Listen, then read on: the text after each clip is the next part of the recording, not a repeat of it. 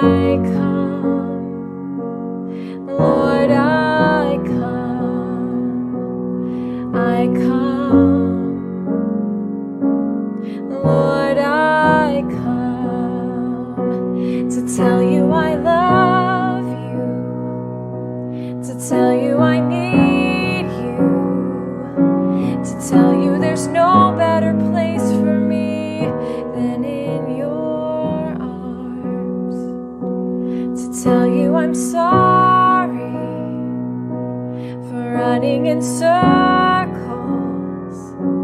for placing my focus on the waves, not on your face. You're the only one who brings me peace.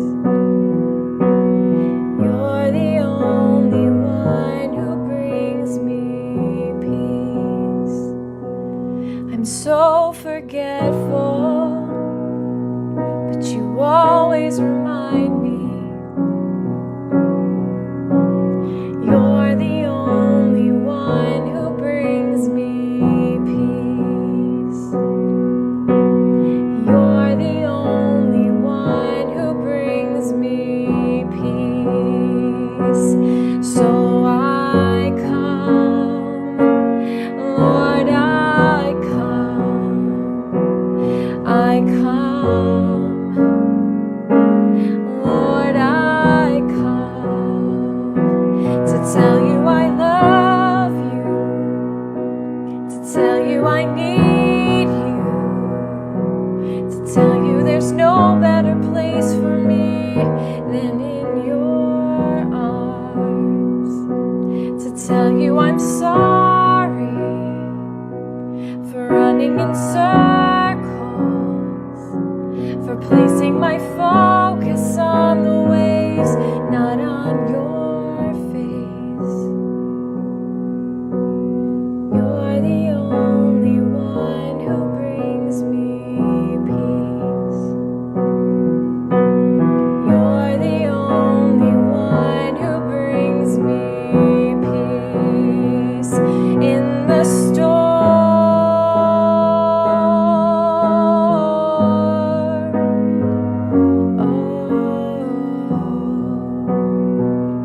In the storm.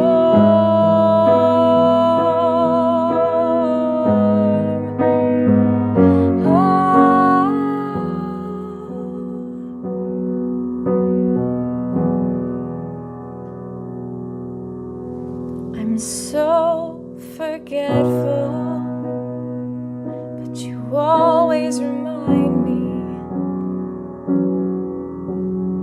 You're the only one who brings me peace. You're the only one who brings me peace.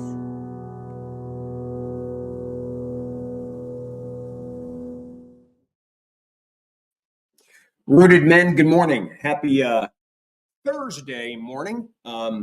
Working at home today. We're going to be going down to Firmly Rooted Greendale. We'll be preaching from there and shooting a message back to Oxford. And let's have the same attendance we had last time I was in Greendale. That would be just awesome. It was great to have that kind of attendance with me not being there. We are looking at the Gospel of Mark. We're going to be at chapter 2, verse 23. We have the religious leaders kind of bumping into Jesus and Jesus bumping into them, and they just don't practice the same things. They don't do the same things. They're not fasting like the Pharisees are fasting, and the rules about today snipping off grain and as you're walking and eating. We're going to get to that in a second, but you're going to begin to see the difference between the law and the gospel. The law always binds the conscience and will always bring guilt and shame and will always be not enough. But the gospel is what God has done for us, and it is always absolutely more than enough because he has redeemed and saved us and set us free. All of his work, made us born again, filled us with his Holy Spirit. So, I'm excited. I'm excited about the sermon series coming up between now and Easter. Just wow! I'm excited about 2024 from a spiritual perspective. And so looking forward to doing that all with you. We got quite a few people on. It looks like we're live everywhere that we're supposed to. So thank you for Aaron Jackson for fixing Rumble. Steve Drew, good morning. Bert, good morning. I'm not only on YouTube, but I'm checking out Rumble. And there we are. No, X. There we are on X. Welcome, Rooted Men. Let's see. Ken, good morning, fellow brothers in arms. Chuck B, good morning, men. Brian Flaming, good morning. My cousin, Dave Donnelly, also on X. Woo! Somebody else got onto X. All right. And Steve Skopik. Hey, great to have you on, Steve. All right. Let me pull up the text. Let's see how we can do this. Oh, why is that flourish thing up there in the corner? That's what I want to know. I got to fix that right now. I don't know. It's just kind of like bugging me. So I'm going to have to do this. Bam. Okay. Oh, and Steve Drew, like, had the internet go out on him yesterday just before he went live. I couldn't pull up the Bible app. I mean, it was the craziest thing in the world. I could not pull up the Bible app. And so I had to do a whole lot of things to finally get it there. But here we are. We are in Mark chapter 2. And remember, we dealt with the old wine and the wineskins and how you put new wine in new wineskins, not in old, or they're going to burst. Jesus doesn't get added to something. He's something completely new. So Jesus is new wine, not going into an old religious system. He's come to fulfill the system, and he's come to create a new system, one rooted in grace, that God's Messiah has come and completed. He's the new wine going into us, a new wineskin. Or consider the church the new wineskin. Believers in Jesus Christ, they're the new wineskin. You can't merge legalism and gospel. That's the whole problem with the book of Galatians that we're doing during strengthening our roots. But let's get to what he says here in the Sabbath. There was a Sabbath day, and Jesus was going through the grain fields, and his disciples walked along, and they began to pick some heads of grain. They were hungry, snacking. But the religious leaders made I think there were 600 and some laws that came out of their understanding of the Ten Commandments. And in those, almost half of them were about honoring the Sabbath day. So the Pharisees get all upset. Look, why are they doing what is unlawful on the Sabbath? And the question is, unlawful to who? Unlawful to who? To God? Or to some rules that you made up? To rules that you put into place? Your dietary laws and your tithing laws and your celebrating day laws and right, all the stuff. But Jesus takes it even deeper. He answers, have you never read what King David did when he and his companions were hungry and in need? In the days of Abiathar, the high priest, he entered the house of God and ate the consecrated bread, which was only lawful for the priest to eat, and he also gave some to his companions. Whoa, that one's true. That showbread that was put on fresh every single day by the priest was only to be eaten by the priests. But David, King David, overrides that law out of the necessity to not die and have nourishment for him and his crew because they're running away from Saul. And then Jesus says, the Sabbath was made for man, not man for the Sabbath.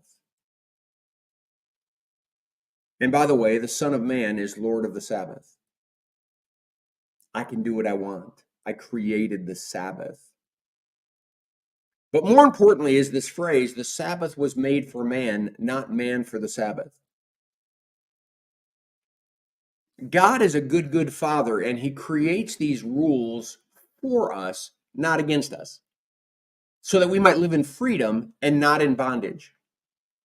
But as soon as you make a law supersede the obvious needs, the obvious issues with an individual, you're binding. God did not make the Sabbath laws to bind man. He made the Sabbath laws to free man, to free us from not working and enslaving our lives to the kingdom of this world. He created the Sabbath so that we might rest and be with fellow Christians and be there on the Sabbath. He created us so that we might be walking along a farmer's field and just thinking about God and all that he's done. And yeah, clipping off some grain and eating it like a snack. And all of a sudden the Pharisees say, sin, sin, sin. You know one thing the Pharisees never said? Grace, grace, grace. Love, love, love.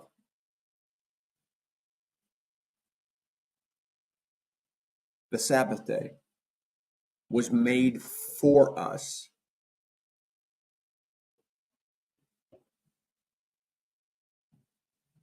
We weren't created for the Sabbath.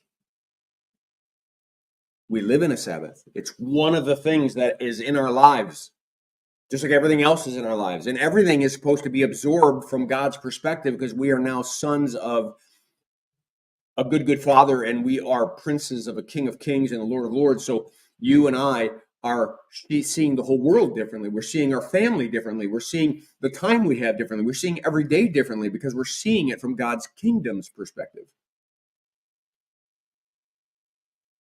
Only Satan and only abuse of the law would twist it all to make us feel guilty about everything that we say and everything that we do.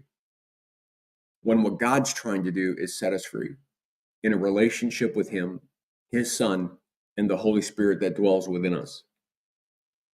All right, that's what I have. Let me pop this down for a second. I am, where is my thing? There it is. I hope this devotion was a blessing to you. Have a great day. Make it a firmly rooted day, and may someone see Jesus in us today. Peace.